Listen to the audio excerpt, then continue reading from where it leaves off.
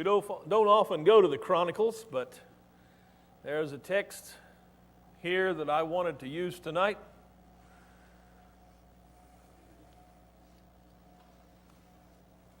Give you a little historical background. The 10th chapter of Chronicles talks about Saul's death. Saul was the first king of Israel, and he would be followed up by David. But the 12th chapter backs up prior to Saul's death and talks about those men who aligned themselves with David prior to Saul's death. And there were a great many of them. Starts out in chapter 12, verse 1. These are the ones who came to David at Ziklag while he was still restricted because of Saul, the son of Kish, and they were among the mighty men who helped him in war. And as you go down through the text, you can read who these men were from the various tribes. But then you get down to verse 32. This is 1 Chronicles chapter 12 and verse 32. It says, of the sons of Issachar, men who understood the times, with knowledge of what Israel should do, their chiefs were 200, and all their kinsmen were at their command.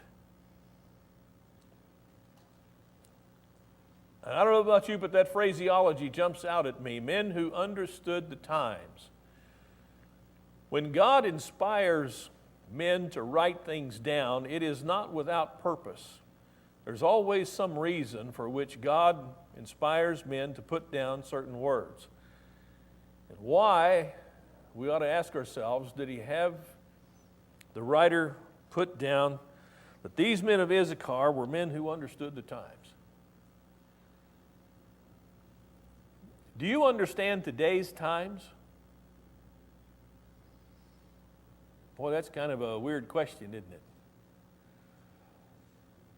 What do you think about this election we just had? And Marty, let's talk about something else. Let's talk about something a little more pleasant. Talk about something a little less scary. Talk about something that makes a little more sense. But I think this particular text is one that's perfect for such a time as this. These were men who had some kind of an understanding of what was going on. David was not the king, Saul was the king. And yet they knew Saul isn't the guy to be loyal to right now. Their understanding of the times dictated to them that they aligned themselves with David, and so that's what they did. And it doesn't say anything more than that. It doesn't say that they misunderstood the times, however. It says that they understood the times. They knew what was going on. They had some sense, some instinct. Wherever it came from, they had an insight into how things were. And based on how things were, their decision was, let's align ourselves with David. Smart guys. Smart guys. Perhaps more faith in God than faith in what was going on around them. And if that was the case with them, and even if it wasn't, shouldn't that be the case with us? Should we not have more faith in God than faith or concern with what's going on around us? When has the world not been in turmoil? And it's in turmoil now. At least it is in our little part of the world.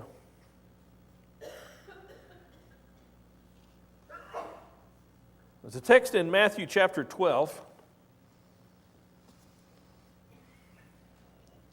It references David, but it's in a completely different time frame, a completely different historical context, but there are parallels. Matthew chapter 12 and verse 1. At that time, Jesus went through the grain fields on the Sabbath. What do you know about the Sabbath? Well, you're not supposed to work on the Sabbath. It says his disciples became hungry, and they began to pick the heads of grain and eat. But when the Pharisees saw this, they said to him, look, your disciples do what's not lawful to do on the Sabbath. But Jesus said to them, have you not read what David did when he became hungry, he and his companions? Now, I know I've brought this up before, but this isn't the only time that Jesus asked the question, have you not read? What does that question imply? You should have read this. Not only should you have read this, but you should be so familiar with it that you would be able to apply it to this situation here. To me, that's what Jesus is implying with the question, have you not read? Are you not familiar enough with this text to understand it well enough to make application to help you see what's going on here? Do you understand the times?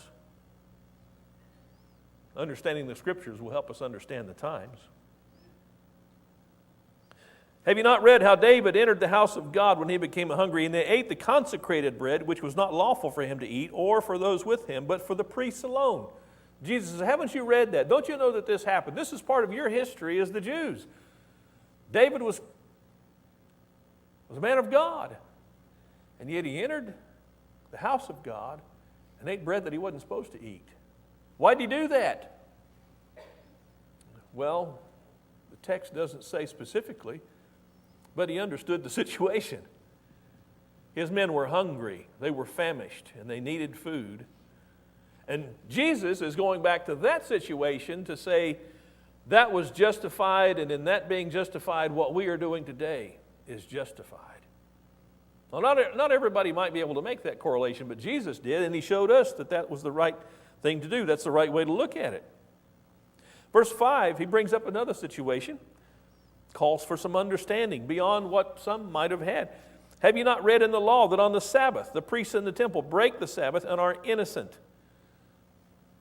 Not supposed to work on the Sabbath. What do the priests do on the Sabbath? Well, they work all day long, but they're innocent. There's got to be some understanding applied to what's going on. It's interesting what Jesus says in verse 6. I say to you that something greater than the temple is here.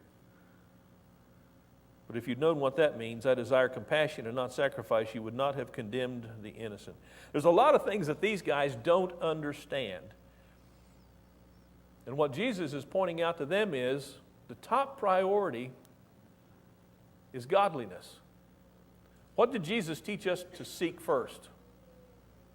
The kingdom of God and His righteousness. Now, so there's a lot of things going on that I don't understand, and I hear that from people. We're talking about the upset that's in the nation right now. We had an election.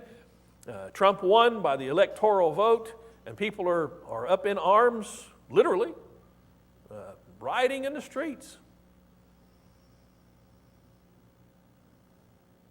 And I hear people say, I don't understand why this, I don't understand why. Well, I don't either.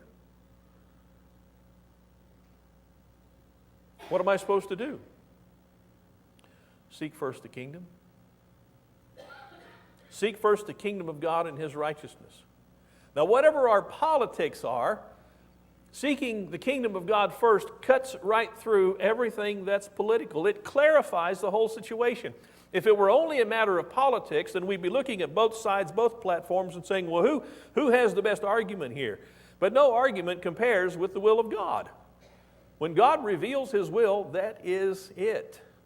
And we look at what the Scriptures teach us about life and about righteousness and about the sovereignty of God, and we come to some conclusions about how to treat one another and how to deal with one another. And that's really what I want us to talk about tonight, because there are different situations where people have behaved in different ways. For example, if you look at Nehemiah chapter 13, oh, well, this is a dandy. This will be a lot of fun, I say that because I've had a lot of fun reading this and imagining what it must have been like to be in that place, and also because I've been in some elders' meetings, and I've never seen anything quite like this.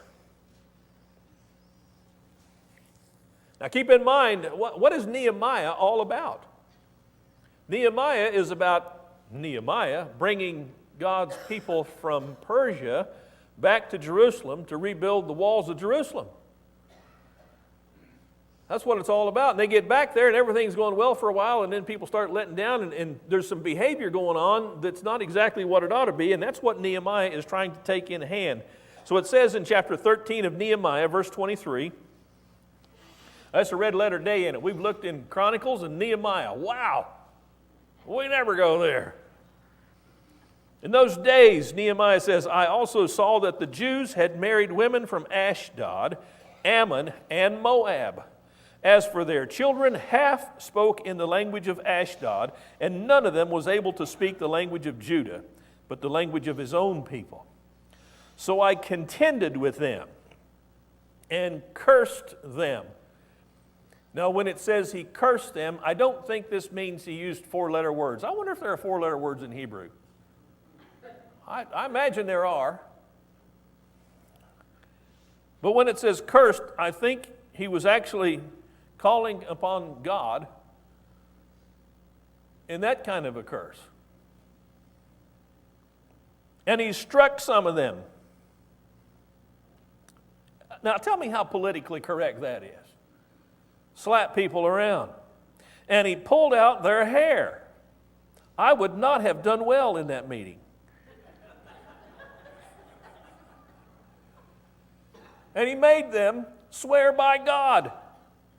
You shall not give your daughters to their sons, nor take of their daughters for your sons or for yourselves. Did not Solomon, king of Israel, sin regarding these things? What's Nehemiah doing? He's drawing on history. He says, this is what happened in history, and I'm applying it to these times, and I'm telling you, I understand these times well enough to come to you guys and slap you around and curse you and pull out your hair because something's going to happen to get you back on track. That's what Nehemiah is saying and doing. I think he got a little excited about what was going on. Got a little upset. It was funny, a couple of weeks ago, one of my preacher friends on Facebook, he made a post and he said, I'm looking for some of your favorite biblical passages on leadership. I put this one down. Because you talk about biblical leadership, that's biblical leadership. How can that be denied? This guy was a leader and it's in the Bible. I think that's biblical leadership. But I am glad to say that our elders' meetings are a lot calmer than this. Perhaps we've never had to deal with such problems as they did. Well, that's Nehemiah. Look in Esther. It's really handy that they're so close together. Esther chapter 1. The king's having a party.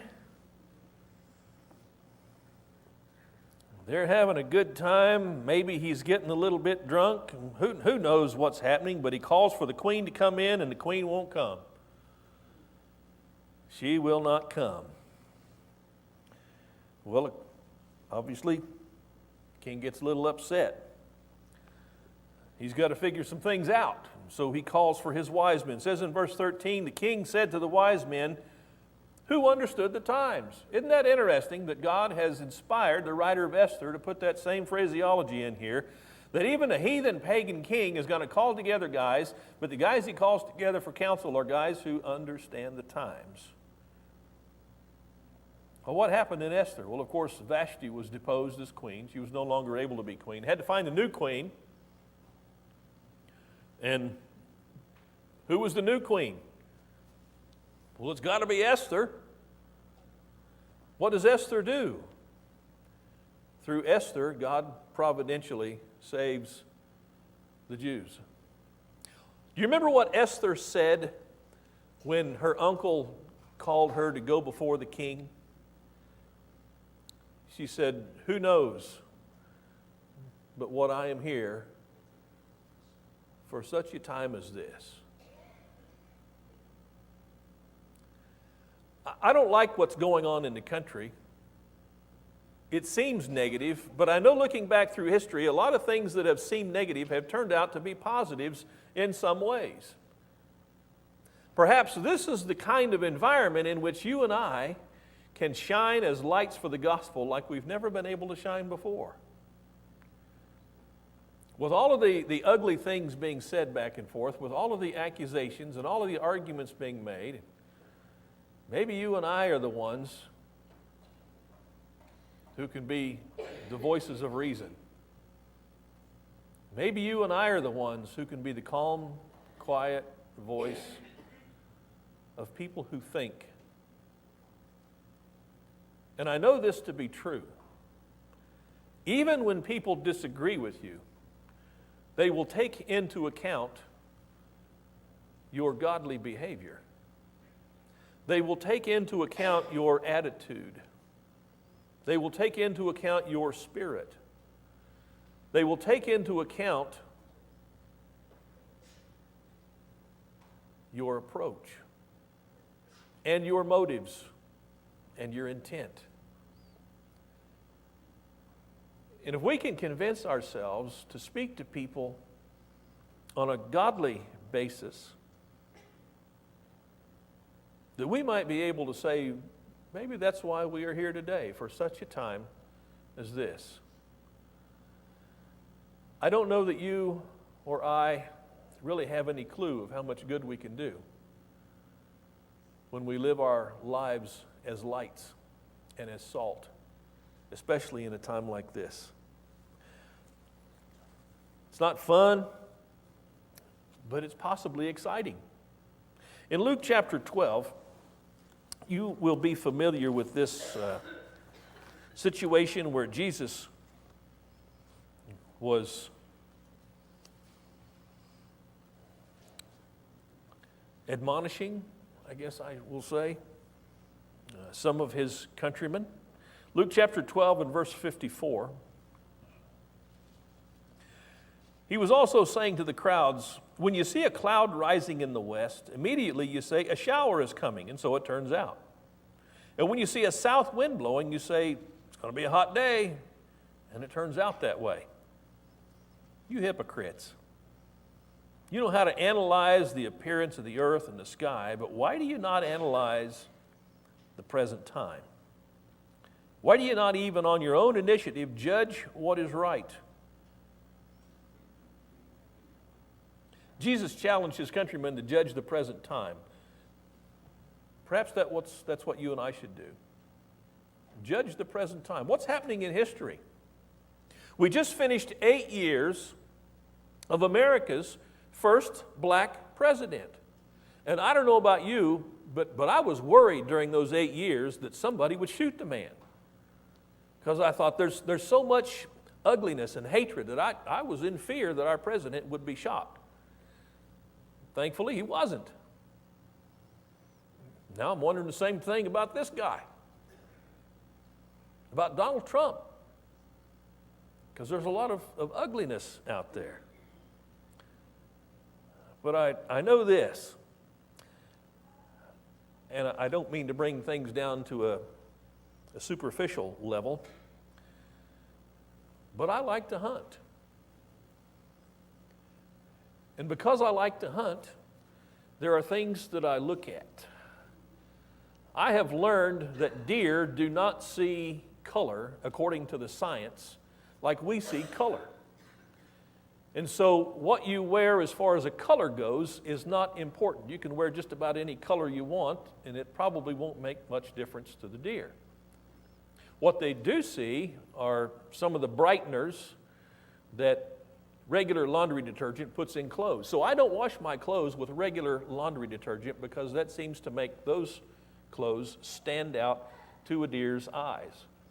And I've read the experiments and I've read the science about how deer's eyes are put together with cones and rods. We have cones and rods, but it's a much different ratio between our eyes and deer's eyes.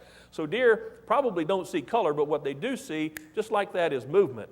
So if you're in the presence of a deer, you need to keep still. Now, why have I learned this stuff? Well, because I'm interested in hunting deer. If you're going to hunt deer, you need to stay clean, free of odors, or you better stay upwind, downwind. Still can't get that right, boy. Hunt with your nose into the wind and you'll always be doing right. Because deer can smell. They smell so much better than we do. I don't mean they smell better than we do. I mean, well, depending on the people you're thinking about. It's interesting, all these things you can learn about deer, and I'm fascinated with it because I have an interest in that. But when it comes to talking to people about Jesus, And sometimes not even talking to people about Jesus, but talking to people about righteousness. There are some things we need to figure out. We need to think about this ahead of time. Why is it that when Paul wrote to the church at Colossae, he said, "Let your speech be as it were with grace, seasoned with salt"? Why did he say that? Well, because even Christians can be pretty hard-mouthed sometimes. We need to think ahead about how we're going to talk to people and some of the things that we're going to say. Develop some arguments, but don't develop arguments for the sake of winning arguments. Develop arguments for the sake of winning souls. That's really what this is about, isn't it? And in this day and age, in this particular time in our history, this little spot of time, people are talking about moral issues. What a great opportunity for us to get into the fight in a godly way if we simply prepare ourselves. Be understanding, be courteous, be kind, but be relentless. And when I say relentless, I don't mean be a bully. I just mean stick with it. Do you know how many years I hunted before I even got a shot at a deer? And now I pass up shots because I know, man, if I shoot that one, I'm going to have to dress it, take it home, skin it, cut it up. That's a lot of work. I think I'll let that one go. Experience has taught me that. Experience, that's what we need. Experience is the best teacher. But there's only one way to get experience. You got to do stuff. Somebody says, "Well, I don't know how to talk to people about what's going on right now." Well, there's only one way to learn. Start talking to people. "Well, I'll make mistakes." Yes, of course you will. Who in here really look forward to learning how to drive? Freedom. Every time I hear some young person getting their license, I think, freedom, that's what it's all about. Because I understand the times. This is time for me to get my license, time for me to get in the car, time for me to go somewhere all by myself. "Marty, will you go get a half gallon of milk?" "Yeah, I'm going, man." That's what it's like when you're 16. You get your license.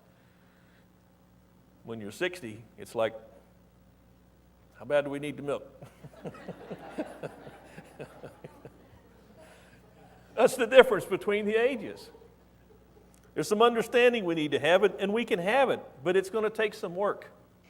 Those guys from Issachar understood the time. I don't know how they applied themselves. I don't know what research they did. I don't know what they studied, but somehow they knew that was the time to align themselves with David, and they did great in doing that.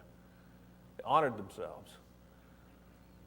And when these days are over, these days of turmoil and trouble and strife, I hope that you and I can look back on these days and say, we honored ourselves with our behavior. We understood the times. Not everybody's in agreement. But we can answer some of those arguments. We can answer them in a godly fashion. We can be loving. We can be kind. We can be understanding. We can be patient. It's not about winning arguments. It is about winning souls. One last text from 1 Peter. And there's plenty of them. You know, Proverbs, Solomon talked about how words that were fitly spoken were like apples of gold in settings of silver. Those are the kind of words we need to be speaking today. But in 1 Peter chapter 3, we're encouraged to do just that, to speak words that are like apples of gold in settings of silver. It says in verse 8, first of all, to sum it up, all of you be harmonious, sympathetic, brotherly, kind-hearted, and humble in spirit. Is this a good time for that? Not returning evil for evil or insult for insult, but giving a blessing instead. For you were called for this very purpose, that you might inherit a blessing. For the one who desires life, to love and see good days, must keep his tongue from evil and his lips from speaking deceit. He must turn away from evil and do good. He must seek peace and pursue it. For the eyes of the Lord are toward the righteous, and his ears attend to their prayer. But the face of the Lord is against those who do evil. Who is there to harm you if you prove zealous for good works? But even if you should suffer for the sake of righteousness, look what he says to do. He says, if you suffer for righteousness, you are blessed. And do not fear their intimidation, and do not be troubled. Is that pretty apropos for today? The answer to that is duh. But sanctify Christ as Lord in your hearts, always being ready to make a defense to everyone who asks you to give an account for the hope that's in you, yet with gentleness and reverence. Those men were men who understood the times. We need to do the same today. We're going to have a song of encouragement and invitation. That song, I think, is Angry Words. Is that right, Bob? You sticking with that one? Angry words, oh, let them never. Now, that's not much of an invitation song when you think in terms of coming forward to obey the gospel or to get the prayers of the church. But what is that song inviting us to do? Be careful in our speech, thoughtful in our speech, effective and efficient and godly in our speech. And that's what this lesson has been all about. Let's stand and sing together.